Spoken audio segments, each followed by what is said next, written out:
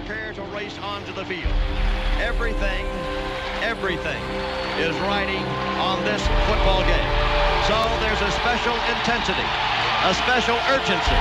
Here come the Volunteers. Wherever you listen throughout the world, it's football time in Tennessee. I want to send a special shout out to Boogie Bentley, Dobbs, and the indie kid over at the Talkin VAWLS Network on YouTube. I also want to ask y'all to go smash that like button and subscribe to their channel on YouTube. Go Big Orange. Welcome to the Talkin VAWLS Network. My name is Boogie Bentley. My name is the Indie Kid. And this is the Fall of the Vols. I think it's part 7. I was laughing because I was re-listening to one of them. We completely lost track where we recorded like 1 and then 2 and then 2 more. I don't know what part it is. I think it's part 7, but this is the Butch Jones era, and I can only think of one way to kick it off. And let's just roll the tape. Let's roll the tape to remember Butch Jones. To introduce the head football coach at the University of Tennessee, Butch Jones. Thank you, and good afternoon. And it truly is an honor and a privilege to be your football coach. Inch by inch, inches make the champion. And we're going to go to work, and I don't know how long it'll take, but I'm going to tell you, you're going to be proud of this football team. You're going to be proud of this football program. In closing, I will give my all for Tennessee today.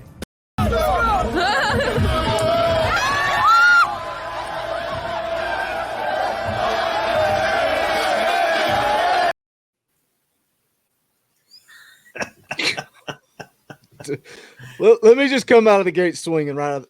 I liked Butch Jones. I defended him probably longer than anybody. And when you go back and look at it, I was watching some old clips today, and there are moments when I look back and I'm like, he was so close. And then there are moments like that I look back and I just shake my head, and it's just disappointment. You're right. He was the closest since Fulmer to turning it around. And one thing got in his way of turning it around. You know what it was? I always put you on the spot. Yeah, it's a spot, but I don't know. You tell me. His mouth. Yep. His mouth. Yeah. He was tone deaf to the Tennessee fan base, and I think he understood Tennessee football. I think he understood the magnitude of it. He did a lot of good things there. Of course, he had his cliches, and sometimes you can overlook that. But in the moments where Tennessee come up short in certain areas, whether it was on the field or in recruiting, his mouth dug him a hole that he may have been able to dig out of, even with that last bad season, if not for his mouth. Just the champions alive, the 5-star hearts. People did not want to hear that stuff. No. Especially when they had a shot to win the East after so many years. Fan base is starved for it. I mean, I think if he would just said, we fell short, we're here to win championships, he would acknowledge that's what, we're not here to come in second or anything like that. We're going to work to get that back next year. But no, he said, well, mainly we're worried to be, I don't have the direct quote, but mainly we're worried about being the champions alive. I've got it right He here. lost a lot of people. It was the 2016 season, and it was at the end, and he said, while the Volunteers didn't win the SEC championship, a proud Jones stated to his senior class, they've won the biggest championship. That's the championship alive. People still, like Virginia Tech fans, people still throw that quote in our face as Tennessee fans.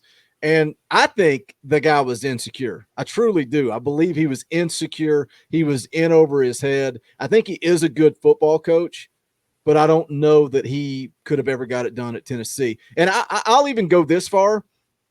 There's a lot of similarities between him and Josh Heupel. A lot of similarities. I think the difference is I think Josh Heupel is comfortable in his skin. And a lot of people, you've heard that over the last 6 months, that he's confident and he doesn't care what other people think. Whereas I think Butch Jones did care what other people think. But let's go back to the very beginning when Butch Jones was hired. That's kind of been a thing. Like, we talked about being excited about Lane Kiffin, and then you guys talked about Derek Dooley. A lot of people, the first thing you did when Derek Dooley was hired, you went to Google to figure out, what his track record was. Obviously, who his dad was. But Butch Jones, when he's hired, what'd you think?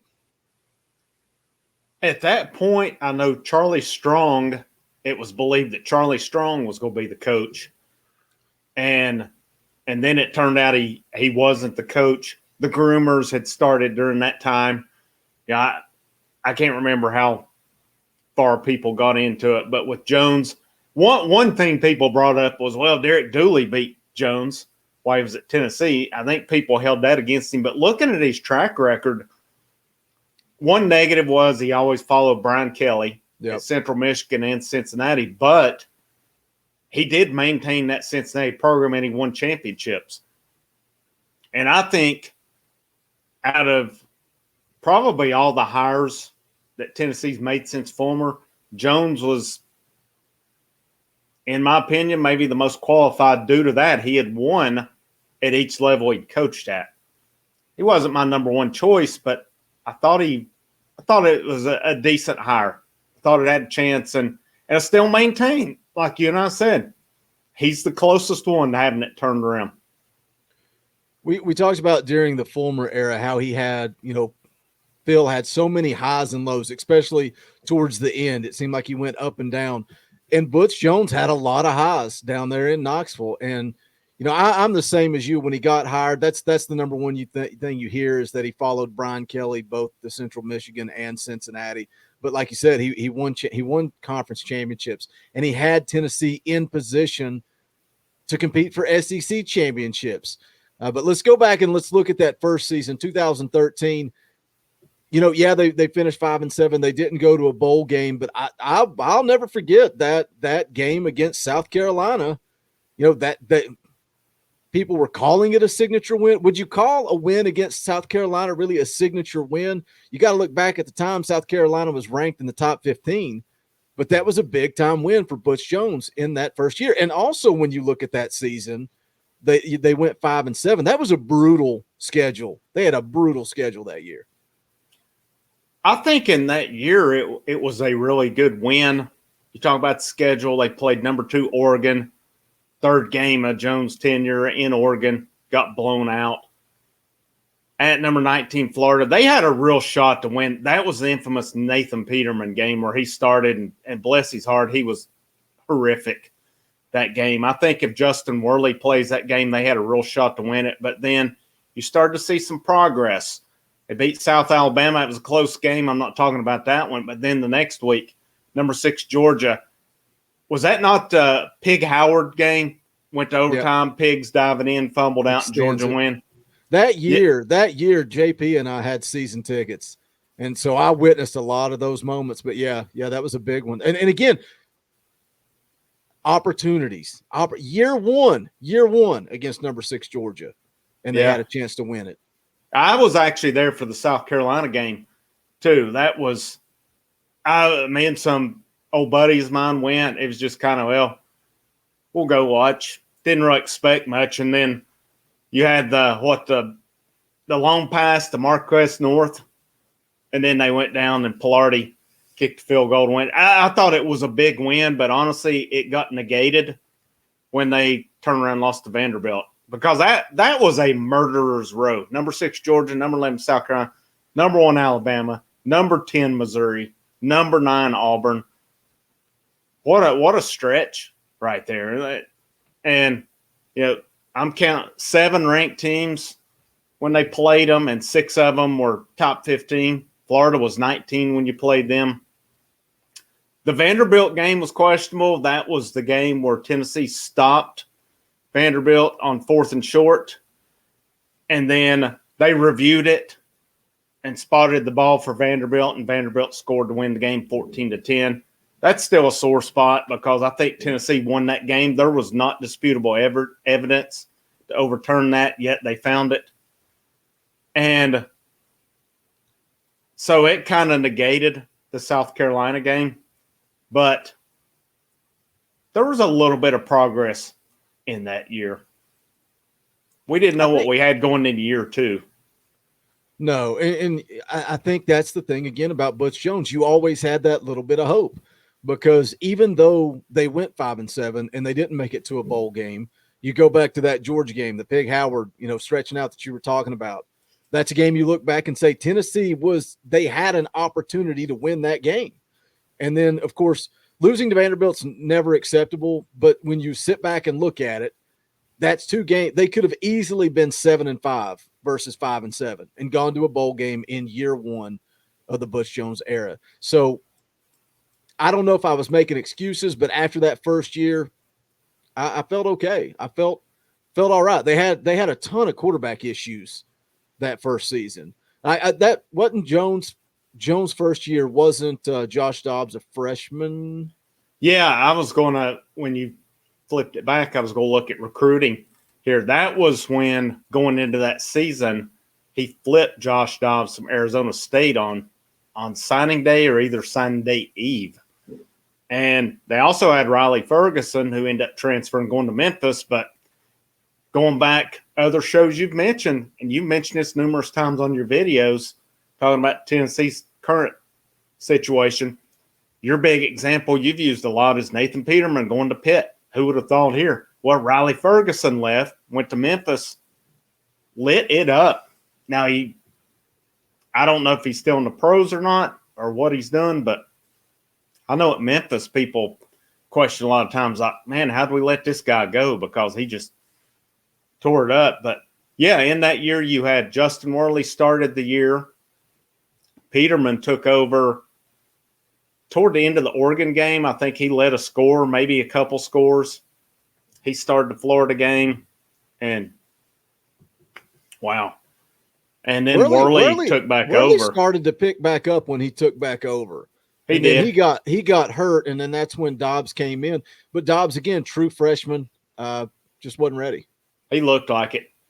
He looked like it a lot. And really the kind of just a little hint going to year 2 was the plan for Dobbs was the red shirt. And that same thing kind of repeated itself because you couldn't rely on Peterman. And I think they tried him a little bit, and he just – I don't understand why he went to Pitt and succeeded, but it seemed at Tennessee the stage was too big for Peterman. But, yeah, he had Dobbs. Quarterback was – I don't know that Ferguson played a snap at Tennessee, and I may be wrong on that. But quarterback issue was a thing, but something Jones showed going into that first year was he closed that class pretty well, got Marquez North, Dobbs, Jalen Reeves-Maben was committed to Dooley. They held on to him. There were some good players in that class that anytime you take over when a new coach does, it's hard to put a top 10 class together. So Dooley and Kiffin did really well. I think Jones took over maybe – can't remember how well. Obviously, Tennessee wasn't in the shape they were prior to him. But I was encouraged by how he finished that class because Tennessee was not in a good state when Jones took it over, which has kind of been a theme even coming up to now. So we move into 2014, coming off of a good recruiting class. I was looking back at an article I had pulled up. You know, because I mentioned earlier, Tennessee so close to going 7-5 that first year, but then I think you were talking about the South Alabama game, and then also that South Carolina game, Pilardi kicking the field goal at the end to win. Tennessee could have also gone 3-9 that first year, which again seems to be an ongoing theme for Butch Jones. He was in a lot of close games, and always a few plays here, a few plays there. We'll get into it, you know, eventually, but that Texas A&M game that went into overtime, that was a huge turning point, you know, in the Butch Jones career. But 2014, a lot of buzz around the program. And again, they actually got bowl eligible. I forget how long it had been. How long it had been since Tennessee had been bowl eligible. Been a while. It had been since Dooley's first year, so that would have been 2010 because Dooley played in the Music City Bowl. Of course, you were there for that, but they didn't qualify again. It was 4 years. Yeah, so 2014 they go back to a bowl game. But again, when you look at the schedule in 2014, who they played, again, you know, played Georgia tough. Played Florida tough. 10-9. Oh lost my against gosh. Florida. Oh my gosh. I remember I don't know. You and I, that was, of course, we talked about on the Lane Kiffin episode where the Indy Kid went all Hulk Hogan on a couple shirts. At the end of that Florida game, 10-9, Indy Kid went Hulk Hogan on a shirt too. That was when I was kind of done with Justin Worley, that game. And I thought it was a poorly coached game. Do you remember much about that game? I remember Worley. They had the lead. Florida scored 10 unanswered points in the fourth quarter. They could have ran the ball and ran that, and they got aggressive, which was kind of nice that they would get aggressive. Later on, the tenure, it changed. But being aggressive right there cost them that game. They shouldn't have lost that game. And that was when I think it was – I thought at that point, if we were going to progress, it was going to have to be somebody else at quarterback. Worley he had his moments, and he wasn't the worst we've seen down there by any means, but he had his limitations. And I don't think at times that they helped him. He had some really good games, and then there was other times they didn't protect him well on that. But, yeah, that should have been a win. That game should have. Trying to look through and remember, when did Josh Dobbs take over? He took over during the Alabama game that year. Worley had gotten hurt. Let me pull the schedule back up right here. Worley had gotten hurt in where we at here? I had it.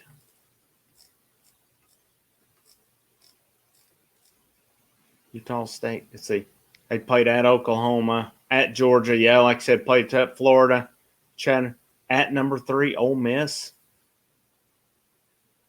Why do I not remember that? They got blown out against Ole Miss. It wasn't even close. I don't remember who Ole Miss had during that time, but I'm thinking Worley got hurt during the Ole Miss game because Peterman was named the starter for the Alabama game. He started out, and then they lifted the red shirt off of Dobbs, and he come in and played really well against Alabama. And the rest was history. Dobbs really took over from that point on. And Jones, I thought Jones and company poorly coached that South Carolina game, and I truly believe, and you've made this comment many times, Dobbs prolonged Jones' tenure because Dobbs bailed them out in that South Carolina game. He pretty much won that game on his own. That's where I was about to transition to. That's why I was trying to remember when exactly Dobbs took over. So if it was the Alabama game, it was. Tennessee won 4 of the last 5 regular season games. Well, 3 of the last 4 regular season games, and then beat Iowa in the bowl game. And that's something too that sticks out. There was always that hope at the end of the season, right? There was the Tax Slayer Bowl. They beat Iowa 45-28. And then the next season, the Outback Bowl, they absolutely blow the doors off of Northwestern. And you start to get a little bit excited. But you look at that, Josh Dobbs takes over towards the end of 2014. They kind of get rolling. 2015, they go 9-4. 2016, they go 9-4. You start to build some momentum on the back of Josh Dobbs. And we had so many arguments. Any old school Talkin' Vols fans remember the flat out screaming fights that JP and I had because he wanted to bench Josh Dobbs. And I felt like Josh Dobbs just prolonged Butch Jones' career. And now looking back, obviously JP, says that too, but at the time, but you can see the change in the program when Josh Dobbs took over and then what happened once he was gone. Well, and going back to 2014, we talked about recruiting for 2013 and when they got Dobbs, but they went 5-7 in 2013. Going in 2014, Tennessee brought in, according to 24/7 Sports, it was the number 7 ranked nationally recruiting class. Funny enough, though, you've got the number 7 class, but number 5 in the SEC. But still, you're gaining talent there. And people were excited. A lot of highly ranked players in that class. Now, there was a lot of busts or guys who didn't make it. They signed a humongous class. But there was a lot of big-time players in that class also. So you had that momentum. You mentioned Josh Dobbs taking over, going back to that schedule. He took over against Alabama. And then South Carolina game, it looked like this was at South Carolina, and it looked like Tennessee was done with. That was kind of the first moment that I was not happy because I didn't feel Tennessee should be losing that game, and it looked like it was over. And then Dobbs, he bailed them out, and Tennessee won 45-42 in overtime. Like you said, won 3 out of the last 4 regular season, blew Iowa out in the bowl game. And then if you look at the recruiting class going into the next season, it was another good recruiting class that Tennessee pulled in. They were number 4 nationally, number 2 in the SEC. It looked like things were really beginning to go, and they brought some studs in this class. Now, there were some busts again, but that 2015 season, 9-4 you mentioned, how many missed opportunities were in that season? Because, and we say Tennessee, Butch Jones almost had it turned around. That Oklahoma game, a lot of people say, and even players, even Oklahoma players say to this day, they've never seen anything like that game, how loud it was. And frankly, Tennessee should not have lost that game. And that set a trend. Tennessee could have won every game on that schedule. 2015 was the year where, you know, a few plays here, a few plays there. That's when, I guess that's the year that I was sold on Butch Jones. I thought Butch Jones was going to be the guy because, like you said, that game at Oklahoma, people say it was the loudest game. Isn't that what they used for marketing a couple of years ago? I think it was just talking about how loud it was. And then the Florida game, 28-27 Florida. They lost to Arkansas by 4, lost to Alabama by 5. You look, just pull up that schedule from 2015 and look at where Tennessee has been the last 3-4 years, right? And it's like Butch Jones was so close. He was so close in 2015. Yeah, he missed the Oklahoma game, 31-24, and Tennessee was in command of that game and just couldn't hold it down the stretch. Same against Florida. That was Tennessee was in control. That was one that went against Jones, was that Tennessee was up. Was it 7? And Jones, I'm trying to think what it was. He didn't go for 2 at some point late. And he talked about looking at his chart. His chart, yep. That was kind of one of the first keep your mouth shut moments. Yep. Because that chart made no sense. And Tennessee couldn't cover late. And that was when Will Greer was at Florida. And I really think that game led to Jancic getting replaced at the end of this season. Arkansas game, remember that game? That's when Belima was the coach at Arkansas. That game was a little closer score-wise than I thought it was because Arkansas was very physical that year. And I thought it was a mismatch, and it played that way. Beat Georgia. That Alabama game, Tennessee was in the lead late. And Alabama had Derrick Henry during that time. They come back and won. That was a really good game.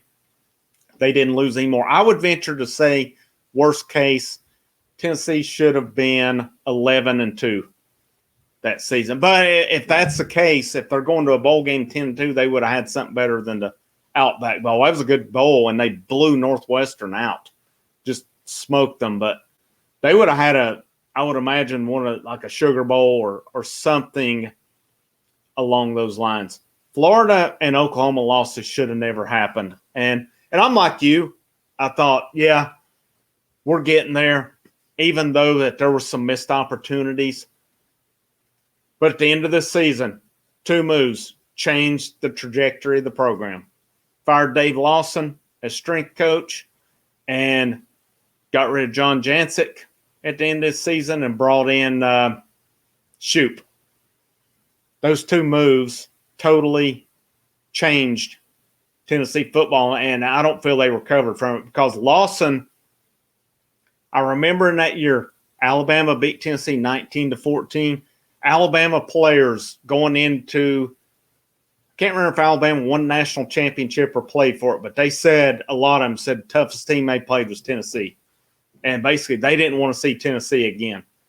at that point because of how tough they played them. Tennessee was the best physically.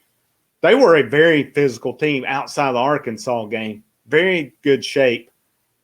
Once they got rid of Lawson, though, the accountability was gone, and rumors were that Butch listened to – I don't know if Lawson was tough on the players, but that was one of the big rumors. Players wanted to change, and Butch listened to them, and those two changes cost him his job. You look ahead to 2016. I remember 2017. I was ready. I was done, and it was time to move on from Butch Jones. But I'm jumping way ahead here. But when you look at that season, how many games they lost the second half of that season, but 2015, 2016, back-to-back 9-win seasons. And as we transition here into that 2016 season, you open up 5-0. You end a losing streak to Florida. And then that Texas A&M game. You talk about turning points in, the Philip Fulmer era, when you thought that Texas A&M game was almost the turning point. You open up the season again, 5-0. You go Texas A&M. You go into 2 overtimes, and I think I'm just trying to remember off the top of my head, how many times did Tennessee turn the ball over that game? 6 or 7 times. It was ridiculous. In that game, and lose in double overtime. And then you get blown out by Alabama the next week. So you open up the season 5-0, and then you have 3 straight losses, and then you bleed that into the 2017 where the wheels fell off. But that again, 2016 was a weird season because they started with Appy State. It was a Thursday night. And frankly, they were lucky to win that game. Yep. They got pushed around on the lines, and that was the first sign of change from Dave Lawson. Because I think under him, they don't get – Appy State dominated Tennessee on the line that game. Battle at Bristol next week, they got down 14-0, if I'm not mistaken. And then after that – worse than that, because I was surrounded by Virginia Tech fans at that game. Yeah, and that were on us the whole game. Well, Tennessee come back. I think they tied it at halftime, and then the second half was just a rout. But just a strange year. Ohio game won 28-19. Don't remember much about that game. Florida, number 19, won 38-28. They were down 21-0, if I'm not mistaken. People were not happy, and then second half started. Here they go. And they just blew the doors off Florida in the second half. Ended that streak. That was a big thing. At number 25, Georgia, they should have blown Georgia out of the building that week. And the fact that it come down to the Dobnell boot, it was another poorly coached game. How? And you talked about it at the beginning when we started talking about this season, Bob Shoop taking over as defensive coordinator. That Georgia game, how? Because obviously we all thought it was over because you basically let Georgia throw a Hail Mary. But how do you let somebody get behind you in that situation? Like it should have never come down to Dobbs throwing the Hail Mary. It should have never happened. And Butch Jones, the way Butch Jones came out and celebrated, it almost looked like he knew the future. I mean, he looked like he knew. But well, the funny thing about it, you mentioned that play. It happened again the very next year against Florida when Franks threw that bomb to end the game. Exact same coverage. Yep. And yeah, I felt bad for Malik Foreman. He made the game-ending play against Georgia, or at least we thought. And then I forgot Tennessee about that. used no creativity. I mean, you have Dobbs, you have Hurd, you have Kamara. I think Hurd was out, but you had Dobbs and Kamara. Good God, man. You tell me you can't get 10 yards with Dobbs and Kamara. Let's talk about that. We're kind of running through each season and talking about. Let's talk about Jalen Hurd and Alvin Kamara. How much Butch Jones mismanaged Alvin Kamara. I mean, look what he's doing in the NFL. What went on with Jalen Hurd down there? Because something was going on behind the scenes. A lot of rumor and innuendo. I don't know what happened. Something was up with Jalen Hurd. I don't know if it was promises or what. And How much of that do you think Butch Jones really got into when it comes to recruiting? He was promising kids this, promising kids that. Based It on seemed like how, the inmates were running the asylum. based on how cliche-ish, if that's even a word, based on how many cliches, based on just the way he kind of had that used car salesman to him a little bit. I don't doubt it. I mean, you look at his classes, he brought in some top-notch classes. How many promises were made? And Hurd was almost the leading rusher in school history. So it wasn't like he was a bad back, but my goodness, man, Alvin Kamara, what a stud. And you could see it the times he would, but a good coach, a good manager of an offense, whether it was Bajakian, whether it was the board or whomever, should have been able to manage those two guys. There's plenty of touches to get both those guys the ball. And they had a good wide receiving core during this time as well. But, yeah, you think the Florida game in 16 where they lost by 1 point. Alvin Kamara had, if I'm not mistaken, 6 touches that game. That should have never happened. That should have never, ever happened because of how versatile he is. Yeah, he could run it, but he was – and, Peyton at New Orleans uses him like it. He is very dangerous in the passing game as well. It's totally mismanaged. Now, when Hurd left, they used him more. You started seeing how the way Kamara should be used. You had Kamara, and then you had John Kelly, who also looked really good as well. But that Hurd situation was so weird, how he was the guy. He kind of waltzed in at Georgia. Guy blindsides him, and just such a weird situation. Hurd never – it was like he never recovered. He didn't play against A&M. Can't remember if he played against Bama, but he played again against South Carolina. Then he transferred. Was that hit? Was that hit when he came back out for the onside kick and everybody was trying to figure out what? Remember that? Yep. Yeah. And yeah, again, because how they said does that it was happen? concussion. Yeah, How does that concussion, but yet he's out there on the onside. I don't know. Yeah, just so many questions about the way Butch Jones ran the program that just make no sense to me. Well, you mentioned inmates running the asylum. I think that's what led to Dave Lawson getting gone as strength coach. I'm not sure with Jancic. You said the word accountability when it came to Lawson. And you wonder, is that why the players wanted him gone, because he was holding these kids accountable? And maybe that was the one move that led to the entire end of the Butch Jones era. Yeah, I cannot remember who took over for Lawson. I think it was one of his kind of understudy type guys, but that same level of physicality and accountability, it was not there. It was not there from what we had seen. And you can't let the inmates run the asylum. Once you do that, you're done. You're done. You're the manager. You're the coach. Yeah, you can listen to suggestions. I think you want to do that. You want to build that relationship, but still yet when it comes down to it, you got to do what you know is right. And if you're getting results, why would you change it? And again, another 9-4 season. They should have won the SEC East in 2016. Florida won it that year and had no business winning it. They weren't a bad team, but Tennessee was better. And it really just come down to, it wasn't so bad that they lost at A&M. A&M was 8th when they played them. Like you said, 6 or 7 turnovers. The way they lost it, that was so heartbreaking. Exactly. And got it to overtime. And then after that, they had so many emotional games during that time. They had 3 extremely emotional games: Florida, Georgia, A&M. And it wasn't a big surprise Bama blew them out. I didn't think it should have been 49-10, but still yet.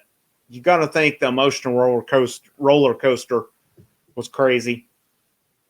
But here's the game that I think turned the Butch Jones tenure. I think this was the turning point. Nobody was ready to get rid of Butch Jones unless you were just crazy after Alabama. Week off, you go to South Carolina, who's not even ranked, and drop an egg. Lose 24-21. That was the most – I honestly think that was maybe the most poorly coached game of the Jones era especially with what they had. They still controlled their own destiny in the East. And they went up there and lost 24-21. And that was the beginning of the end of Butch Jones. I really believe that.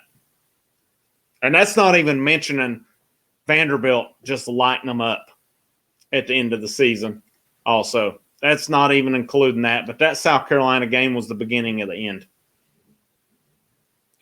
But you look back at it though, Texas A&M, you win that game. You should. Vanderbilt is the dagger for sure, but God, they could have won 10, 11 games that year. It's just underwhelming, right? It's kind of like going back to Fulmer.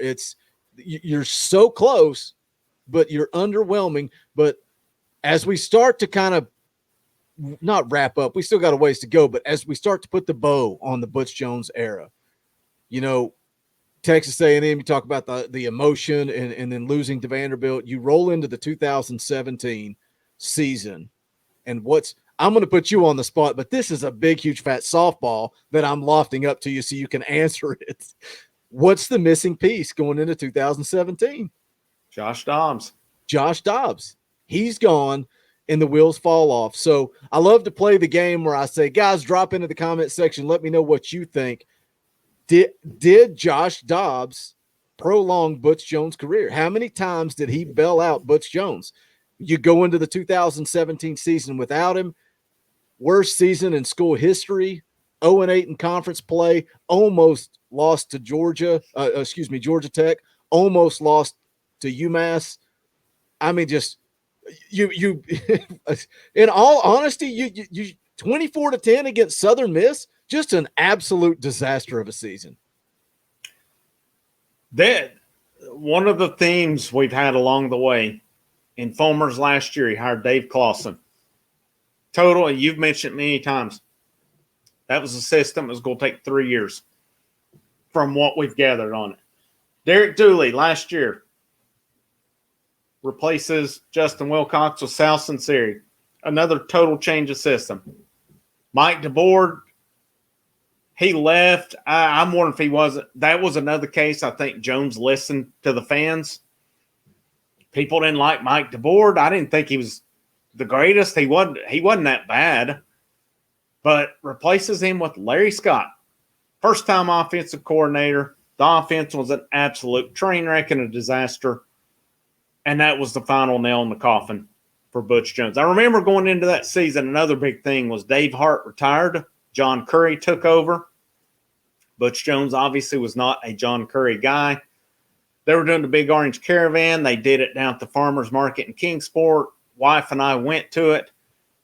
And I was furious at Jones up there boasting about back-to-back 9-win seasons. And who cares about 9 wins? Now, you had a chance with all that talent. You mentioned Josh Dobbs. You mentioned there was Kamara. There was Josh Malone. There was Jennings. There was a decent line. There was Derek Barnett. So much talent down there. And one of the biggest travesties of the Butch Jones era was Evan Berry was phenomenal with the ball in his hand, never played offense.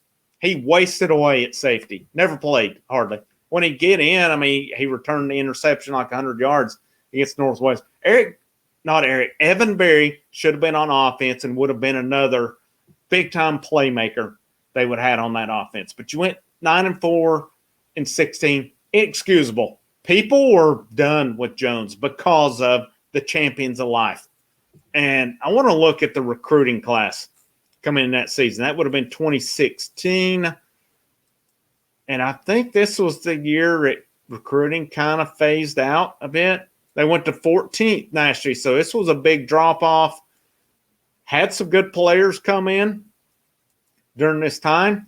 But that 2016, of course, you beat Nebraska in the Music City Bowl. But again, commented on it, Josh Dobbs is gone. Tennessee started out, could have easily lost that game to Georgia Tech. Georgia Tech rushed for, was it like 400 yards? You knew it was coming going into that game, though. You knew Tennessee was going to have their hands full going into that game. Yeah, miraculously, Darrell Taylor made the stop at the end. How it happened, I don't know, but 42-41 in double overtime, bounced back, beat Indiana State 42-7. But then Florida at the Swamp took them a little bit to get going, come back and tied the game. And then you mentioned it earlier, the play at Georgia, where the receiver got behind the DB. Exact same play happened and ended the game at Florida. And that was the point I said I was done with Butch Jones. I was over him at that point. You mentioned UMass. They could have easily lost that UMass game. And then number 7 Georgia comes to town 41-0. Jones was done. He was toast at that point. He was done with. And I wasn't out until it might have been the South Carolina game, because I don't. You look back at the 2 previous seasons, 9-win seasons, and I know you said 9-win seasons don't mean anything. Well, you're looking at it because they underperformed, right? They won 9 games, but they underperformed in both seasons. But it would have been a hard sell if Butch Jones had gone, I don't know, 6-6, something like that in 2017. I wouldn't have been ready to get rid of him. But I know people, you talk about people being crazy wanting to get rid of him. There were so many people that wanted to get rid of him in 2016 and even 2015. People did not buy into what Butch Jones was selling. And at the end of the day, they're right, and they sit back and say, I told you so. But I think it was probably that South Carolina game after getting blown out by Georgia that I started to give up and think it was over. I was, like I said, Florida game is where I was on the outs with him. Georgia solidified it. I was ready for change.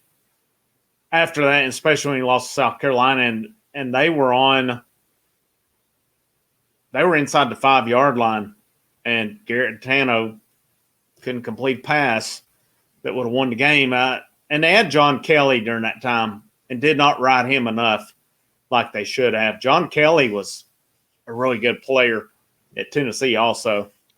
But I mean, you're looking at guys coming in, freshmen coming in that year that, we kind of saw throughout Jeremy Pruitt era. And you talk about Jarrett Garantano. I thought Quentin Dormady had some talent. I think that guy had some talent. I don't know. They were done an injustice because Jones hired an offensive coordinator who'd never done it. Sure. He made a poor hire, like was the case through most of his tenure. I don't know that his initial staff, and that was something that he said he was bringing in the best staff in America, and he brought his own staff.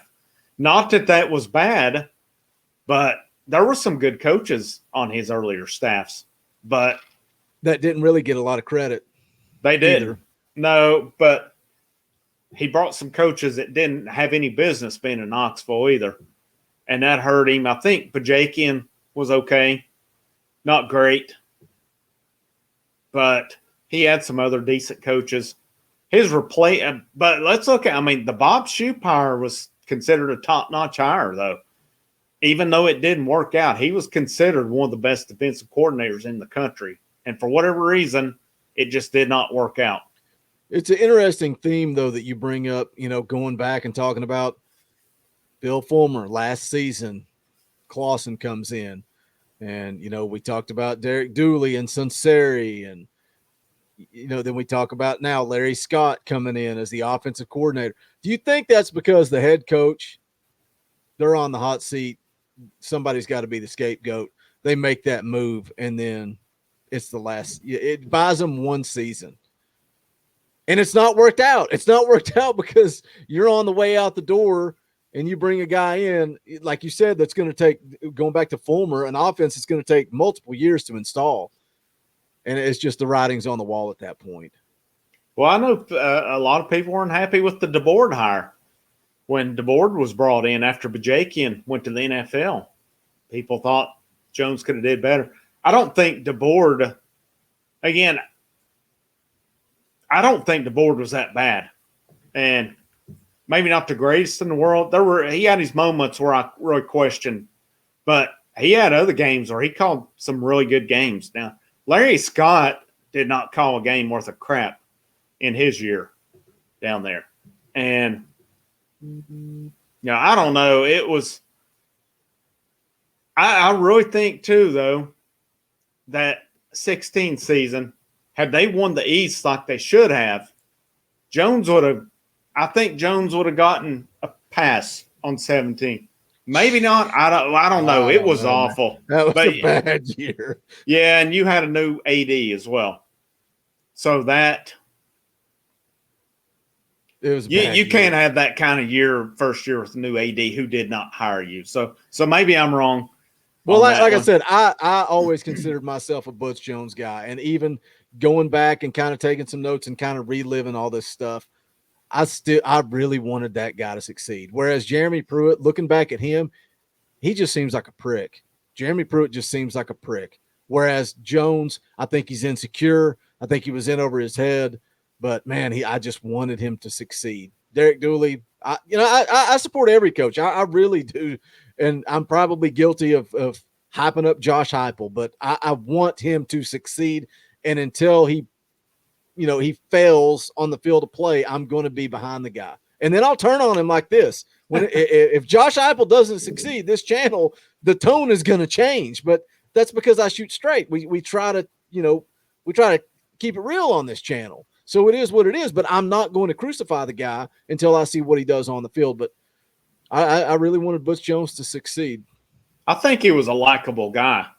And I'm with you. I just don't think he was comfortable in his own skin. And he couldn't take criticism. I can't remember which game it was. He kicked the field goal, and the camera shot to him, and the crowd was booing him for kicking the field goal, and he was dropped the F-bomb. Yeah, told the crowd to shut the F up or something like that. That was. I was watching the interview where he went off on the Knoxville media over Shy Tuttle when he said he fell on a helmet. Supposedly they got in a fight, got hurt. Oh, in the yeah, fight. him and Warrior. Yeah, and he said he fell on a helmet, and man, but part of what he was saying was true. He's talking about how negative the Knoxville media is and how they try to make a story out of anything. And it's true, man. It's so true. The video I dropped, we're talking in future past tense here. I don't even know what day this, I guess yesterday at the time this is airing, Wednesday, I dropped a video on the quarterbacks. And Jimmy Himes talking to Hendon Hooker, and Hendon Hooker's talking about, how the quarterback room works together. We just try to bounce ideas off each other and, work together as a group to get better. And Jimmy Himes says, well, you're in a competition, you don't have to help them. Why would you try to help a guy you're competing against? What a stupid question. It's like the Knoxville media, and some people call us negative. We're fans. We shoot straight. We tell you guys our true opinion, but I feel like the Knoxville media just wants the worst at times. So while Butch Jones saying Shy Tuttle fell on a helmet's a little goofy, but yeah, at the end of the day, what he said was right. The Knoxville media is so concerned with negativity. Look at the Aaron Beasley situation. I'm really getting off on a tangent that doesn't have anything to do with Butch Jones, but look at Aaron Beasley. They're a cesspool. Yeah, I mean it's a cesspool. They're negative. They've been for years. Even when Fulmer was there, they were negative. John Adams is one of the ringleaders, KNS, Knoxville News Sentinel, Himes. I can't stand that guy, man. They're negative. They do nothing positive. There's never a positive show, article, or anything from those guys. And that's the thing. If you want to write a negative story, write a negative story. But to be sitting down with a kid asking him questions and he's telling you how he's working with the three other guys he's competing against, and you basically put him on blast, get over yourself, man. What are you, 80, and you're talking trash to a 20-year-old kid? Grow up. That's the thing with a VolQuest or 24/7 or whomever. They're fair. I always feel they're fair. They'll write an unbiased column. They'll write if Tennessee does something good, they may write an opinion column. One of the writers may and express something they've done good. If there's something they're failing at, they'll write an opinion column at that. They're fair, but they're professional. Especially when they're talking to the kids. But just in general, they're professional. I mean, we've occasionally, for doing this series, got accused of being negative on it. It's happened. This is real life that happened. This is not a fantasy world or anything. Yeah, it's just revisionist history. Can we revisit the rich history of Tennessee? Well, we started with the 98 national championship. That's where it started. So, yeah, there's a 25-year history that has not been covered to a true extent. Is it painful? Yeah, it is. It stinks, but I promise you, and when we go live next week with it's not meant to. It's meant to lead into who knows, guys. Maybe to please anybody that's upset. I'll take my phone. I'll log on my phone. I'll go out in the backyard, and I'll put the Fulmer era, the Dooley, the Kiffin. I'll put them all on a piece of paper, and I'll start a fire with it. We'll say that's the end of it. Maybe we'll do that. We'll have a bonfire to kick things off. There we go. We'll have a bonfire, and we'll lead into the hypo era. We've had multiple conversations about people accusing us of this or that. When you're being accused of being negative by one person and accused of being a sunshine pumper by another person, means you're really somewhere right in the middle. And we've been accused of being on both sides. We just try to keep it real with you guys. But I think we're going to wrap this thing up. To touch on what the Indie Kid said there about the live stream, we'll be dropping the Pruitt era on Tuesday. And then Thursday night, we're going live for the Josh Heupel hype party. We're going to get fired up. Tuesday's going to be painful. Thursday's going to be a lot of fun. And then from there moving forward, every Tuesday night, 8 p.m. Eastern time, we will be doing Talkin' Vols live as we move into the new season. I'm excited. I haven't even talked to you or Dauber about this. I was thinking for that first Tuesday show, let's just blow the doors off. Let's just go big. We'll go live that Tuesday night, 8 o'clock. Maybe we open it up to members of the channel for the last 30 minutes or so. Let them come on. There's so many strong opinions, especially with the quarterback battle that's going on, and things are going to be heating up. You know, we're talking about, what, a week and a half from now? There's going to be a lot of stuff coming out, a lot of articles, a lot of news. Maybe we can do that. If you want to be a member of the channel, just click that join button down besides subscribe. You get access to custom Talkin' Vols emojis, but then when we do fan call-in shows, you guys are the only ones getting the link. It's not going in the chat. It's going in a private message to the members of the channel. So make sure you do that. Join. Any final comments? I think, you know, like I said, I considered myself a Butch Jones guy. I threw away the Butch Please shirt just 2 weeks ago. I cleaned out the closet. It went in the trash. It's gone. I wanted the guy to succeed, but it was time for him to go. Yeah, after the it's time Lane Kiffin, I said I'll never buy a coach shirt again. And I still haven't, thank goodness. Yeah, he was close. He was the closest one. So close. So close. And yeah, I'm with you. I liked him. Likeable guy. Just wasn't thin in his own skin. And yeah, I wish him luck at Arkansas State. I hope he does well. I don't hold any ill will against the guy. I really think he tried his best down there, and it just didn't. It just a couple mismanagement issues, and again, it's kind of the theme of the series. There's fires and hires along the way, and I feel that was the downfall of Butch Jones, was just a couple of different hires, but. Recruiting was good. Some high moments, some lows. Unfortunately, it was a train. When it was time, it was time. It was a train wreck, but good gosh. Like you said, I dread this next one because there was never a day that I really liked Jeremy Pruitt. If I had one free lick on somebody in this world, he would be up there at the top. I don't know if he'd be one, but I was not a fan. I was not. And we'll discuss that, but he was a disaster from day one. Yeah, I jumped in from day one, but we'll get into that on the show Tuesday. That's going to wrap it up for this one. If you haven't done so yet, please smash that thumbs up on the way out the door. Quick shout out, professional wrestler Toby Farley. If you're listening, love you, man. You're great talent. I know you love the show. Dude, he messages me every day talking Tennessee football. So if you're watching, just a quick shout out. Got the Toby Farley shirt on tonight. I'll probably get yelled at about my fashion choices. That's what happens on this channel. He's the Indie Kid. I'm Boogie Bentley. This is the Talkin' Vols Network. Go Big Orange. The songs how like me, poets